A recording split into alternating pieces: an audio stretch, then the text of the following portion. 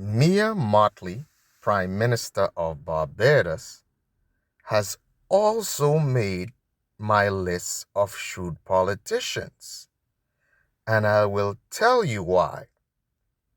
Another measure of a shrewd politician is his or her ability to see beyond politics. A shrewd politician doesn't just look at his or her time in office, but ask his or herself, what do I do after politics is over? Politics in itself is unpredictable and fleeting. Even if you spend 3 terms, works out about 15 years or so, you still would not have worked as the average citizen. So it is critical that you accumulate financially as much as you can, and you make the necessary connections so that when politics is over for you, you can still continue to make loads of money. Mia Mottley has done her homework very well. She seems to be a relatively educated woman. It is quite clear she has aligned herself with the globalists. She does it in a very smart way. She has attached herself to many of the prevailing issues, like climate change and reparations. She also understands the thinking of the white globalists very, very well.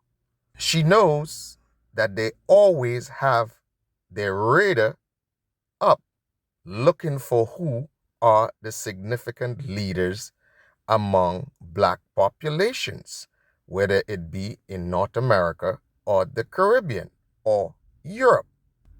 This is not an accident. The reason they keep their radar up to search out the leaders among black folks is to ensure that they know who they have to appease, who they have to bribe, and who they have to get on their side. The leaders in our communities also know how to hustle the game. It's a one hand washes the other mentality. The hustle has become big business, and there's loads and loads of money to be made for both sides. Mia Mottley knows a lot of the stuff she's saying is symbolic. It's not substantive. It is not going to go anyway. If anything, history has taught us that two of the significant ways that you change things on this planet Earth is by military force, financial force, or major seduction. The first two usually work very well. The other one, seduction, takes a while. One thing we've also seen is that there is no nation, country, or people who have secured resources by military means, economic means, or other forceful methods. They never ever give up those resources without a fight. And even when they are being charitable, there is always some sort of benefit to that charity, usually 2 to 1 at minimum.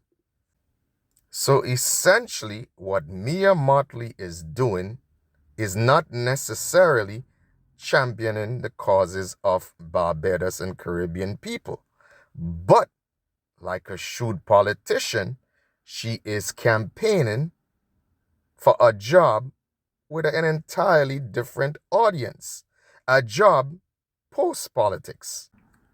Her message is more carefully directed to international organizations, European powers, North American powers, who know that if she keeps clamoring it is just a matter of time when they will have to appease her.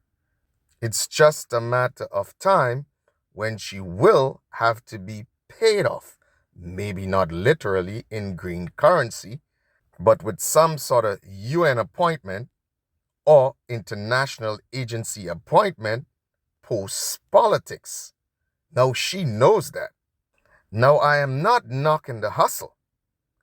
If BLM leaders in North America can do it, why not the Prime Minister of a tiny nation in the Caribbean? She has seen what they have achieved. I also recently saw her talking about the not as rapid growth of Barbados as compared to the Bahamas and Belize. Now, there was a response by some sort of journalist taking her to task for her statements. Of course, he alluded to her preference and basically said that if she truly believed in what she is spouting, she would have been in a position so she can contribute to corrective measures. And at minimum, would have encouraged those who are in position to contribute more. He sort of described it as hypocritical to project a liberal agenda that to a very large extent is anti-nuclear family, which ensures the propagation of children, and at the same time to complain that your country's population is not growing as much as it should. Now I'm extremely proud of the young man. For a moment, I was losing faith in the Caribbean man. I thought that he has lost his cojones.